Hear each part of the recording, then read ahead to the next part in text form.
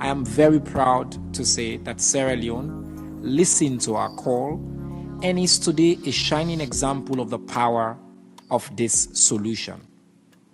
A few of us who marched for education in the 90s are now in government, inspired and led by a visionary president, His Excellency President Julius Maada Bio, who allocates 22% of our national budgets to education, making education free from pre-primary to secondary levels for all, and for most students studying STEM, free at the tertiary levels. Thank you, Minister, for your for being here, first of all, but also for your very inspiring remarks. The Minister's highlighting of civic education is also, in my view, worth highlighting and capturing, either in the Pact of the Future or in other aspects of the outcome from the Summit of the Future. Once again, we remain very ready to be engaged in this conversation, and also as Singapore will be very ready to share our very modest experience in our own journey of transformation.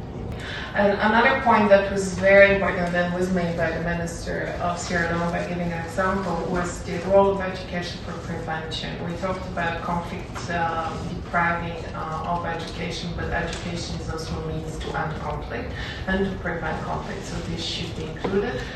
In short, the group needs to continue engaging. We need to be vocal and forceful, because only through advocacy in the process we can ensure that education is. For the presentation by Mr. Bah from Sierra Leone. Mr. Bah, thank you again for this presentation, and I listen to you and I hear you as a representative of France as well for the weight of the legacy of colonialism for education in Africa. We are aware. I think your concept of radical inclusion is very relevant. Just to give us a sense briefly of what you've heard from the delegates and where you think this puts us. That education is urgent, that education needs to address inequality, and that we need to put education at the heart of the international agenda.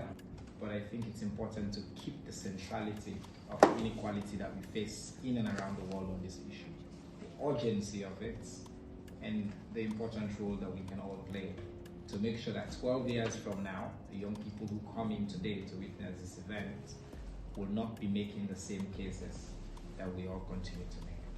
Thank you and good luck to all of us.